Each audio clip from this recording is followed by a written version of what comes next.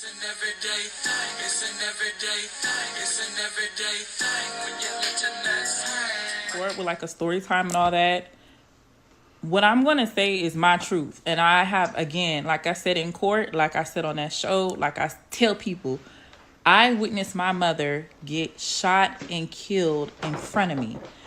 I almost seen my brother get shot and killed in front of me. I have no reason to lie. Like, my mom's gone. Whether I lie, tell the truth, don't say nothing, say everything, my mama's never coming back.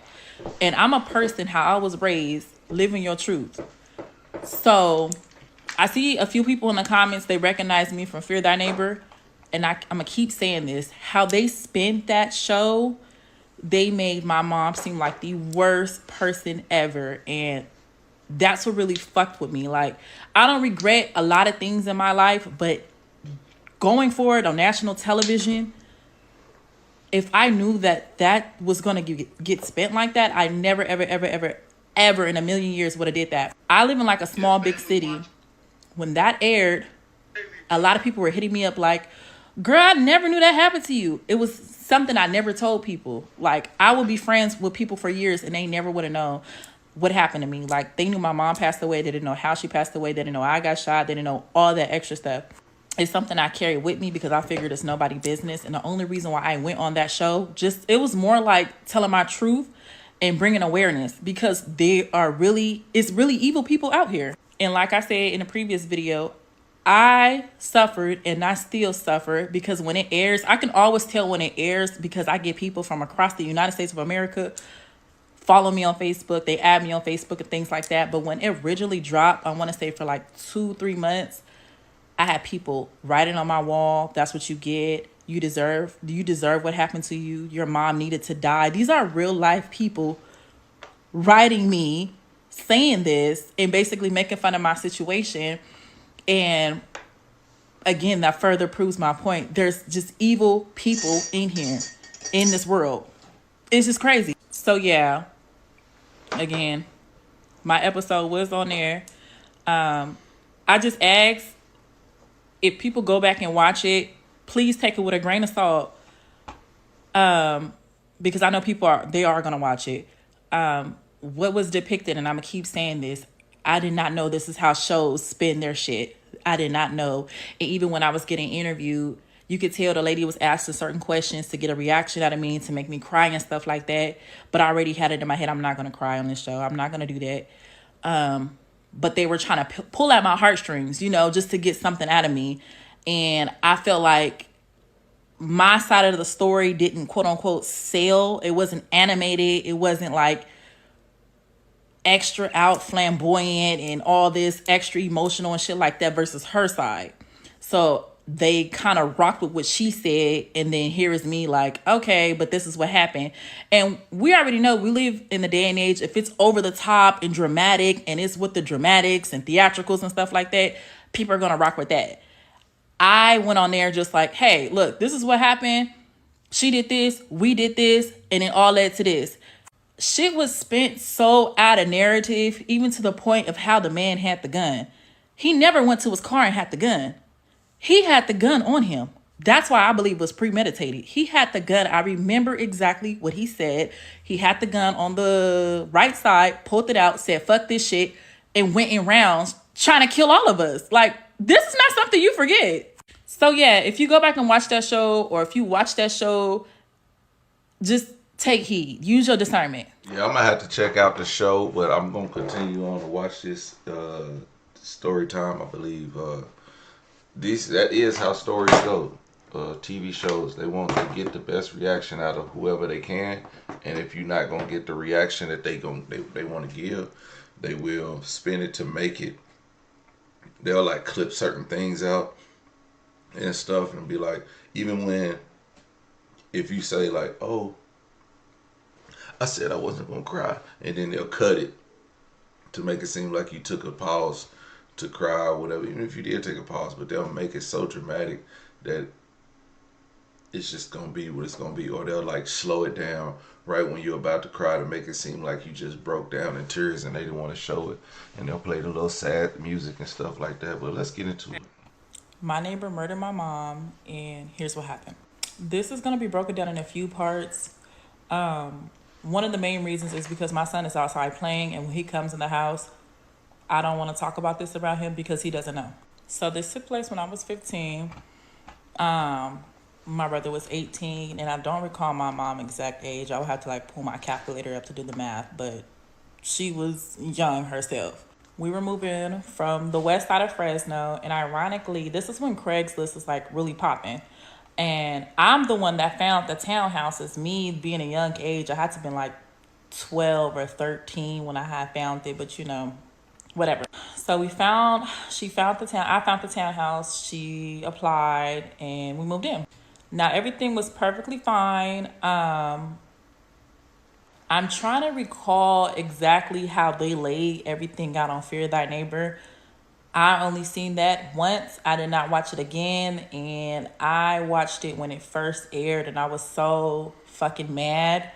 So I'm trying to like make sure the timeline of events add up from the show and actually what really happened. So a little stuff may be off timeline wise. So, anyways, initially when we moved in, everything was perfectly fine. I remember vividly my mom introducing me to the wife, Laura, the one that started all this. We were in the backyard. It was in some townhouses. Townhouses are set up, if you know, it's a common wall and a common back patio gate. We were talking over the fence. So everybody introduced each other, blah, blah, blah. My mom was like, this is my daughter, Dejanay, da, da, da. I remember vividly, may the Lord strike me down right now. After that introduction, I told my mom, I said, it's something about this lady I do not like. Me being a kid, my mom was kind of like, girl, you tripping. I'm a minor, right? And my mom was such this happy, go lucky, happy spirited, like she loved everybody type shit. So she kind of like brushed what I said off. Again, as time went on, everything was perfectly fine. I remember vividly in Fear Thy Neighbor, again, they were trying to portray my mom to be some beggar, asking for money, asking for food, knocking on the door at 2 o'clock in the morning, asking for like seasoning salt and shit like that. That was lies. Again, that back patio gate, Laura, the lady, she did barbecue often, and she would offer us food, and vice versa. When my mom would cook, she would offer her food. Everything was mutual. Like there was no begging or my mom, just no begging. That was bullshit. That's all I'm gonna keep saying. That is total bullshit. My mom did work, and after work, my mom would come home, make sure we were straight, and she did go over to her house, or they'll sit outside, or maybe Laura's coming over in our backyard. We go over there in her backyard. She'll go over there in her backyard, and they would drink and, mingle with one another, as neighbors do. Everything was fine. This went on for months. There was no issues, no confrontations, no anything. How my mom was, she was the go-getter. Like she always tried her best to improve her life no matter what. She had told me, again, because me and my mom were so close, she had told me, Dejanay, like, I want to go back to school.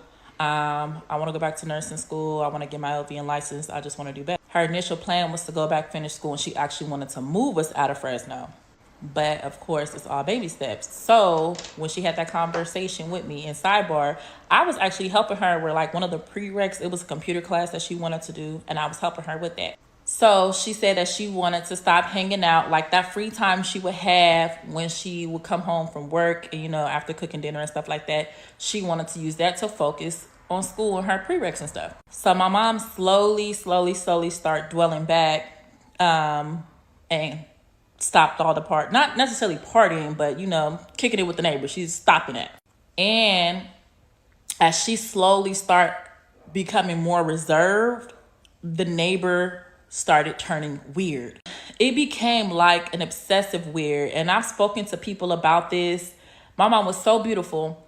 When I find pictures on my poster, she was so beautiful, always carried herself well and things like that. And everyone keeps saying that lady was just jealous of your mom's spirit. And now as I get older and I've experienced like weird stuff like that myself, it really is like a devil and an angel thing. Like when people have that evil in them, they cannot stand being someone who has that bright light, or they want to be in that light to suck it, So It first started with like little slick comments here and there and all that. Then it gradually went into something worse.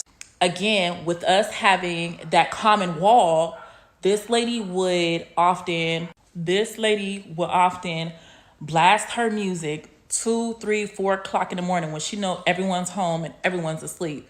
She would purposely put her speaker up against the wall so we can hear it.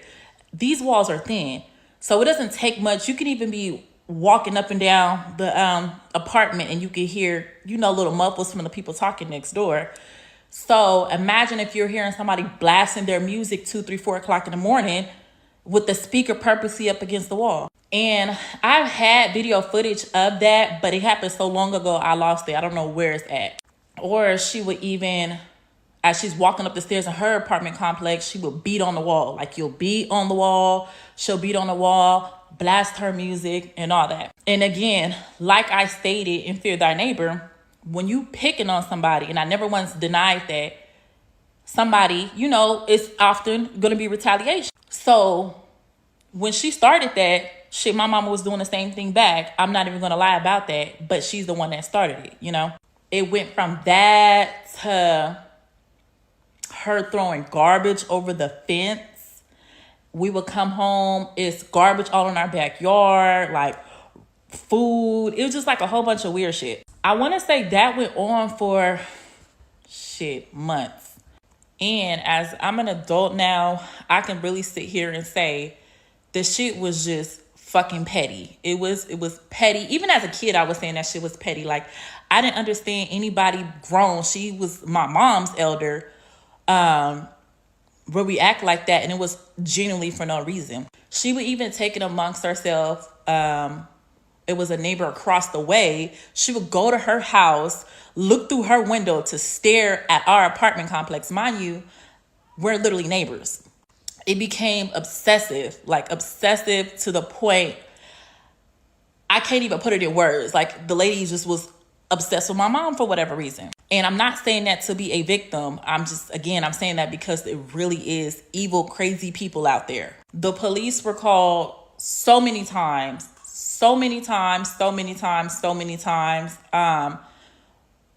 My mom did it just to keep that paper trail. When shit started getting really, really bad, like when she would pull guns out on us, she would yell, scream. She was fishing for a problem, and her boyfriend, the one that pulled the trigger, he even got involved a few times. And as crazy as it sounds, he wasn't the aggressive one. He was actually trying to diffuse a lot of the situation. She was starting a lot of issues when he was gone because he spent all day at work, and he'll come home late at night, and sometimes he'll walk in the middle of an argument or a fight or something, and he just would grab her up, like literally physically pick her up and take her in the house. And he would tell us sorry. It's like he knew like I stated previously, this lady would pull guns out on us. Mind you, Fresno PD was informed of this from the first all the way into the last occasion, because this is a crazy ass woman that's pulling a gun out on a woman and her kids. She pulled a gun out a few times on me just by myself. Mind you, I'm a minor and stuff like that. My mom by herself and things like that. Fresno PD would claim that they searched the house. Like, they'll come over here, they'll come over to our side, our complex, our apartment, whatever, get a statement, go over there, search the house, and never find anything. And I say that because the day that my mom was murdered and we were all shot, they found like 6 guns. I later found that out in court. Like, there was several guns in that house, which I already figured it was, because she would not just pull just the same gun, They did get into, as I stated, Fear Thy Neighbor, and throughout this time, I told this story a umpteen billion times. They did get into physical altercations, verbal altercations, and things like that. But again, I just cannot wrap my head around how my mom wanting to fall back, be more reserved, focus on school and work and stuff like that, and her kids really struck a nerve for this lady. And the lady was so petty, again, because they once were cool, and how my mom, man, she's an open book. She's just like me. She's an open book. Well, I'm just like her, should I say. The lady went as far as the guy that my mom was dating at the time. She called up to his job to try to get him fired. She made up a lie and everything, and it's just like, damn lady, like, what the hell's wrong with you? And just to briefly touch on Fear Thy Neighbor, because like I said, they totally spent everything out of narrative. And I stand on the fact, because she was more of the selling point, more animated and things like that, they ran with what she said and kind of threw me in there like oh, but this may have could have happened. They didn't put in everything that I said. And when they ask you certain questions, if you've never been on a TV show, especially like a true crime, which I hope nobody ever goes on that, they would give you a question and they will make you respond a certain way. So if the lady asked me, oh, did she throw garbage? And if I respond with just a yes, we would have to do the takeover and say, oh, yes, she throw garbage. And in that show, like certain responses, they chopped up and put it with shit that didn't even, what I wasn't even responding to that. So if I'm giving a response to trash, they would like chop it up and make it seem like I was talking about something else when I was not talking about that. That's another thing that really, really, really, really, really pissed me off to the core. Because as I watched it, I only watched it once when it aired. I was just like, that wasn't even for that. Like, what's going on here? Eventually, my mom did get fed up. She was just like, you know what? I'm done. We all grew this apartment anyways. They were building brand new apartments on the other side of town. She said, we're just going to move over there. We were so close to leaving. We were 6 days away from our moving day. Like, when all this happened, our apartment was packed up. And I did not know, again, up until all this shit happened, they had got served with an eviction notice. So everybody was literally on their way out. Exactly. It's lies. And like I said in a comment on my previous video, let's be real. We Black. Y'all know how long garlic salt lasts in a Black household? Like, if anybody, they're going to have, I'm over here trying to find the episode. I mean, it's a bunch of episodes. They got like 11 seasons, so. know if we don't have any food, we're gonna have some seasoning, something like garlic salt, seasoning salt. I think she mentioned something about cornmeal or something like that. That's all shit a Black household has, no matter if they out of food. And the $2, $5 at 2, 3 o'clock in the morning is total lies. Like, I'm telling y'all, like, this shit is lies. And like I said in my previous video too, everything was mutual, everything was fine. She would offer us food. My mom would cook and take her food. Everything was mutual. It was okay. Now, one thing I'm kind of seeing here and there is a little bit of victim blaming. That's what we're not going to do. My mom was just a nice person. The last thing I'm going to do is make it like have people make it seem like it was her fault. Like, oh, you shouldn't talk to her. You shouldn't be talking to your neighbors. You shouldn't be doing this. You shouldn't be doing that. Even with everything I've been through, I'm on a high and by basis with my neighbor, but I have a kid here now. My kid doesn't know what happened, and I don't want my trauma to project on my son. My son is so nice and so loving, and he wants to be friends with everybody and stuff like that. I'm not going to sit here and tell him, no, you can't go outside and play with the neighbors. No, you can't go over to the neighbor house. No, you can't do this. No, you can't do that because of what I went through. I just think that's not fair. I know that's kind of off topic from what this comment is saying, but I'm just reading everybody saying, oh, that's why I don't talk to my neighbor. That's why I don't talk to my neighbor. I don't want my kids playing with my neighbors or anything like that.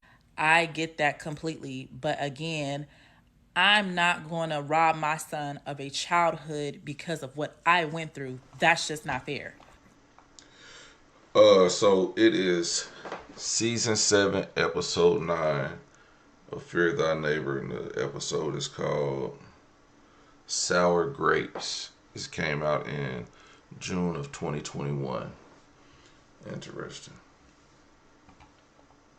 I do use my discernment still, and I teach my son certain things, probably things that are not taught to the average kid just based off what I've been through.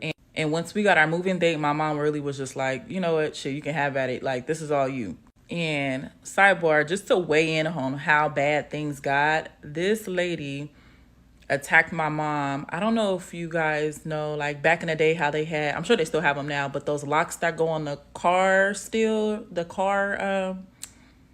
wheel, the bar thing. she had ran up on my mom and like hit my mom with those. Like when I mean with that, excuse me, when I mean like it got really, really, really, really bad, it got bad. And again, with my mom trying to just better her life and all that, she was just like, this is not worth it. It's getting way too much. Fresno PD wasn't doing anything, you know? We already had our move-in date. Again, when all this happened, it was 6 days. We were scheduled to move out or whatever. I do recall them getting into like a very heated argument like a day or two before this happening or whatever. The lady did her normal spew, she threw like hella garbage over our back patio and stuff like that or whatever the case may be. And just like I admit to in that documentary, I mean the show or whatever, documentary or whatever, my mom did, wrap toilet paper. It was actually me and my mom wrapped toilet paper around their car. I'm not denying that. Never once denied that. I didn't deny it in court. I did not deny it on the show or anything like that. But toilet paper compared to like all the garbage and shit that was in our backyard is kind of like whatever. Ironically, the day that everything happened, this was on a Wednesday, I want to say, because I was supposed to be at school. My brother was supposed to be at school. We had like early let out, so we were going to get home like around 12 o'clock. My mom was just like, you guys can stay home. So we wake up, we're walking to the store. I see the guy, he's at the door messing with his door or something like that. I don't know what he's doing. It looked like he was changing the locks. I don't know exactly what he was doing at all. But we proceeded to walk to the store. We're talking and stuff. And the last conversation I had with my mom was, again, like I said previously, about grandkids. She was the lady that loved the kids. And she's like, I can't wait, this and this and this, whatever. So as we're walking back, this lady just comes up, macing us. It wasn't even mace. It was like a cleaning mixture. And how the complexes are set up, it's hours in the back, and then you can walk through the driveway of another complex. So as we're walking up to head to our apartment, she's walking towards us and she just spraying stuff at us, and it smelled like it was bleach, and like I know for a fact it was bleach in there, and probably like Ajax and like some more. It was just like a whole bunch of cleaning stuff, and it was very, very, very strong. So I had some Powerades in my hand and I started throwing them at her. And my mom was just like, what are you doing? Like, the fuck, like, I'm here with my daughter and stuff like that. My mom started yelling and cussing at her and stuff like that or whatever. So she runs, and this is why I believe she should have been charged, and I believe it was premeditated, and I'm going to stand on that. As we're walking in the walkway, she had one of those portable camping eyes. You know how you can get like the stove eyes or whatever, the portable ones if you're out camping or whatever the case may be. She had it at the door with a boiling pot of hot water. She grabs the pot, runs, dump it on my mom, and started hitting my mom with the pot. At this time, it's not even clicking to me like what's going on. I'm just like, what is this? Hot water? Like the water was really, really hot, but I didn't really understand like what was happening until the pot fell. It takes a lot to dent a pot. This lady was hitting my mom in the head with the pot. And immediately when I seen the pot bent up on the ground, I jumped in because, she has the one up on my mom. My mom just got doused with boiling hot water and hitting upside the head with a pot several times. Like, hell yeah, anybody in their right mind is going to jump in and defend their mom. So then the boyfriend comes in, he pulls me off. I call my brother down because this is a man. My brother tries to grab a girlfriend off of my mom, and then I'm standing up trying to pull my mom away. The boyfriend punches me in the face. I fall to the ground. And if you know how adrenaline works, you don't feel anything. Like, I'm not even feeling him hit me. This is a grown man hitting a 15-year-old girl. I did not feel anything. So my brother was just like, oh, so you're going to hit my sister? The boyfriend laughs and said, yeah. My brother tries to swing at him. He misses. Everybody slowly like scattered apart a little bit. Reaches into his jacket. He had one of those jackets that had a pocket in the inside. Reaches in there, says, fuck this shit. Literally, fuck this shit. He shot at my mom. Again, adrenaline, and it's not even clicking to me what's going on. He shot at my mom. I see my mom fall. He shot towards me. But when he's pointing the gun at me, I kind of turned my body at an angle like I wanted to run. He shot towards me. I fall. And then he starts shooting at my brother. My brother did not fall. So due to the fact he didn't see my brother fall, he ran up to my brother. I turned and seen him. He had the gun to my brother's head and was trying to pull the trigger. By the grace of God, the gun jams. I'm on the ground crying. I'm looking. I just seen my mom with a whole bunch of blood. I bent down. I didn't see any like bullet wounds on my mom. I didn't even feel like I didn't even feel me getting hit with bullets. But I bent down. I gave my mom a kiss. I told her I love her. I tried knocking on my neighbor's door. She didn't answer.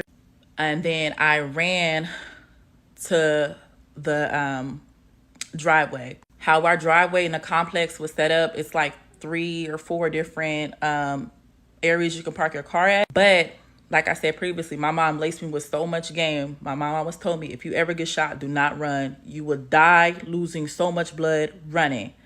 Just try your best to walk as fast, get out the way, but do not run because you'll lose a lot of blood.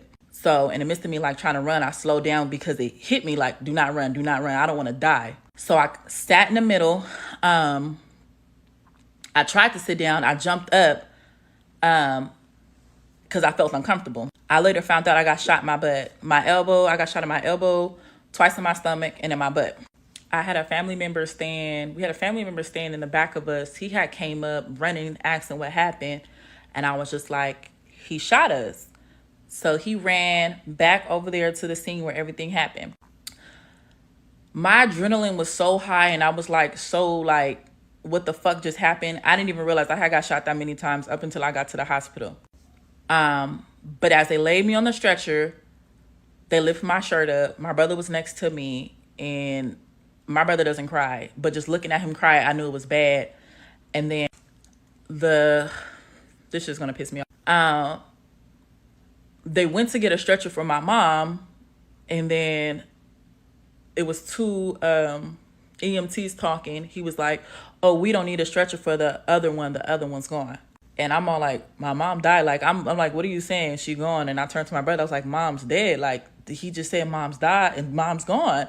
And my brother's like, don't say that. She's fine. But I know exactly what I heard. Like, why, and how he kind of said it was so like, I get it. That's their job. They're not supposed to be emotional or anything like that. I'm not going to take that away from them. I understand that completely. But it was just like, she's gone. Like, don't even worry about the stretcher. So yeah, it's a lot. It is a lot. I want to take a pause right here because I feel myself, I'm not going to cry. I feel myself getting a little too emotional, but yeah. And before I go to the court part of everything, the guy is in prison. He got 60 or some odd years to life. I don't know, but it was a mistrial in court. He had to get tried again, or whatever the case may be. But basically, he'll be spending the rest of his life in prison by the grace of God. The girlfriend, the one that was just antagonizing all of this, unfortunately, she didn't get any jail time, and she's actually still roaming around Fresno, California right now, terrorizing people. When my story dropped on Fear Thy Neighbor, I had somebody inbox me, and she was saying, this is the same lady that stayed by me, and she does the same thing to us. So she's still on her same bullshit. I have ran into her a few times, and as crazy as it sounds, I always used to run into her like on major things. Like, I ran into her on my son's birthday before. I ran into her like on Christmas before and stuff like that. It's just like random things, random times I'll run into her. I haven't ran into her as of late, but she still thinks it's funny. When I was running into her, she would laugh. Oh, I'm married to him now. This is his grandbaby and shit like that. Like, bitch, like, you're the reason why my mom got robbed of meeting her grandson. Like, my son would never meet his grandma because of you, and you think it's funny. Yeah, she doesn't have it all the way. I really think that lady is demonic, not to sound like all spiritual and stuff like that, but what I believe in and the type of person she is, just like I said, that Netflix documentary with that white lady, those are the same type of demons. Like, I can see exactly what type of lady that is because I experienced it firsthand with this girl. So she's around Fresno, California free, still doing her normal thing. stumbled on this photograph. It took me way back. Okay, so part 4. Before I get started, I want to say thank you guys so much. So many prayers, thoughts and positivity. I just really thank you guys. It means so much to me. I never thought like I'll be able to say this stuff publicly like this. Again, this is something I never told anybody. Like, I see it's slowly reaching people from the city I'm in. And people are messaging me like, I never knew that happened to you. Like, I never knew this happened to you. I never knew all this stuff happened to you or whatever. It's because I don't carry myself like that.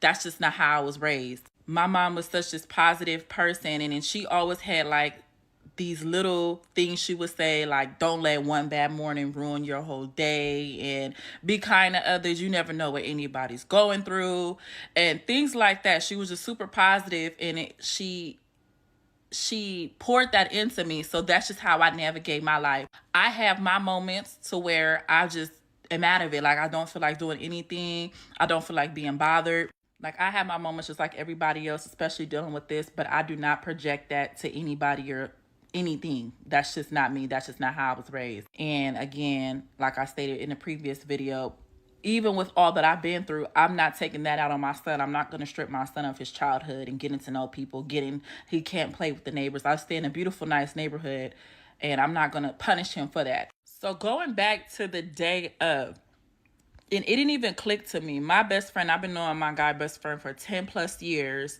He did not know all this stuff, and he had called me once he watched my videos and everything, and he pointed out a fact. This guy, Alvin, said he had the gun on him because my mom approached him the night before and said my brothers and my brother's homies was going to jump him. Lies. My brother is a square. He lives a straight life. None of that stuff. But like my best friend pointed out, if that was the truth, and you had that gun on you for self-defense, why did you pull the trigger if none of that stuff happened? You were fearing for your life. You had the gun on you allegedly because you were told that by my mom that somebody's going to come jump you, right? You didn't get jumped. This is a girl fight. The boiling hot water was enough. Shit could have ended right there. That was bad enough. But you took it a step further and you literally wanted to kill us all. His intentions was to kill. Again, nothing in that screams self-defense. The boiling hot water gave them the one up.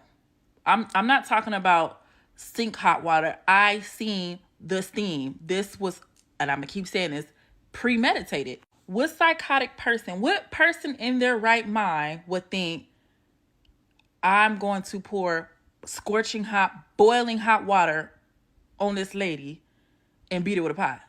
That's some psychotic shit, right? So yeah, let him tell it. The reason why he had the gun on him was because I was fearing for my life. She approached me the night before saying that her son and his homies were gonna come jump me. But this all took place around 11 o'clock, 12 o'clock in the afternoon, 11 o'clock in the morning, 12 o'clock in the afternoon. You didn't see nobody there. You seen a woman and her 2 kids. So yeah, that didn't even register to me up until literally yesterday when I was on the phone talking to my best friend about that. I was like, yeah, that is true. But yeah, when you go through so much stuff, a lot of shit, it doesn't click. Like I said, it's just too much to unpack, and that's not really something I even considered up until I was telling him exactly in detail and all that what happened. But fast forward to the court case. Again, the girlfriend, Laura, she was not charged with anything, not for the boiling hot water, not anything. She's still currently free, harassing people. And actually, I received a message today. I'm not going to even say who it was from, but it was from somebody that's in the same city as us, saying that lady, like I said before, she goes around saying that, and she actually carries a gun in her purse.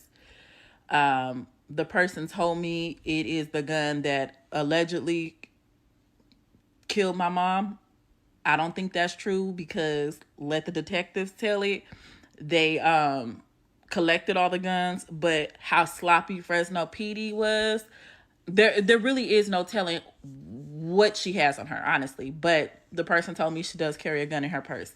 So there's that. But yeah, to the court case, it was I had to take the stand twice. It was a mistrial.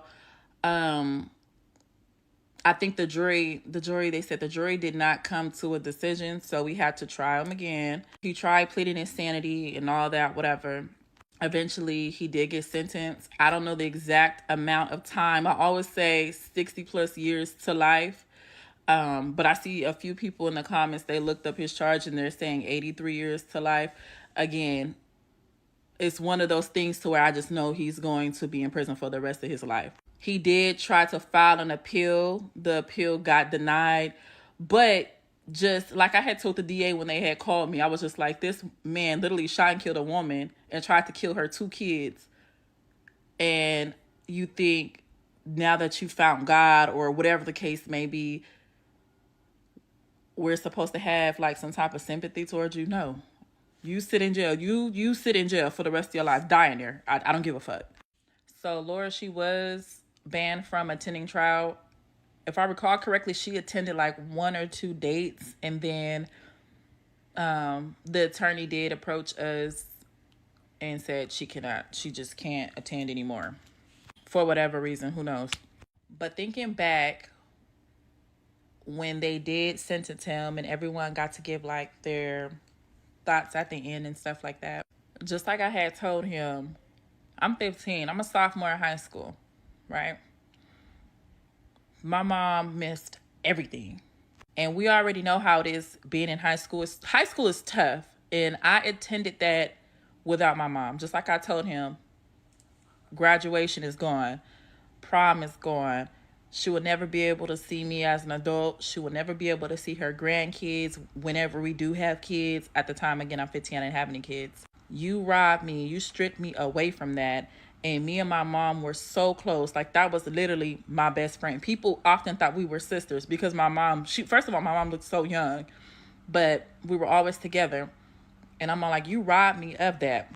And I still deal with that shit to this day. I got a kid here now. I can't even tell him. He looks at my mom's ashes. Mom, what happened to grandma? I can't sit there and tell my son what happened. What happened to his grandma, because he's not gonna understand that. And that shit fucks with me so bad. I went through my whole high school year without the one person, my backbone. That's my everything. Just gone. And I never in a million years thought that I would see my mom pass, like, especially how she went out. Like, it's crazy. As I stated before, we were 6 days away from moving. I don't know what my mom felt. Like, this always gets me. You know how you have to have money orders to move into a place? For whatever reason, instead of putting those money orders to move in her name, my mom put the money orders to move in my brother's name. I did not know this up until we actually moved, and the lady, the manager for the complex, was just like, do you not know your mom put the money orders in your brother's name? She didn't even put them in her name. And we were kind of like, well, why would she do that? That shit still trips me out to this day. And I'm just like, did she feel something was going to happen? Why would you do that? Me as a parent, I would never do that. But those are just answers we would never get. Okay, so part 4. Before I get started, I want to say, All right, y'all could go watch the rest of her story on her channel. It's Taco Bella. Shout out to Taco Bella. But yeah, crazy situation. As a family member, as life was taken. Yes, it's on Fear Thy Neighbor. I'm actually gonna watch that episode so I can get a different context of what she's talking about. Um, it's just like I understand her pain, and but with pain and law is so frustrating that the fact that the woman who started all the mess is walking around free, and her boyfriend who actually did the mess is locked up in jail. He got 83 years. I was gonna mention that whenever we got to talking, because she kept saying like 60 years, but he got 83 years to life, so he'll never see daylight again. Well, he won't see a free daylight. Um, then you know, it's like that lady's crazy. The fact that that lady still, if she sees that lady and you be like, man, honestly, that's what kind of happened to my friend's little brother. He grew up always seeing the person who took his brother's life, and there's some more stories, more information about what exactly happened. Is that like my friend's little brother knew that they were having a vigil for the person who killed his brother, a vigil for the dude's sisters, cause like I said, they all from the hood, so they was having a vigil in the neighborhood park, and then dude was up there, then he left, and so probably my homeboy's little brother maybe followed him to the spot where, and I seen this on the news. I seen that somebody got shot on the news at the set store where we all go get our cigars and beer and stuff at when we in the neighborhood, because it's another store in the neighborhood that nobody go to because it's a, man, for whatever reason, it's a dangerous spot. So we go to this other one instead of going, and then we just don't mess with the owners. Like the owners be on some bull crap. So the ones up at the other store, if you know, and then they like he followed them up there, and I seen that news report. Somebody got shot and killed over there, and I was like, damn.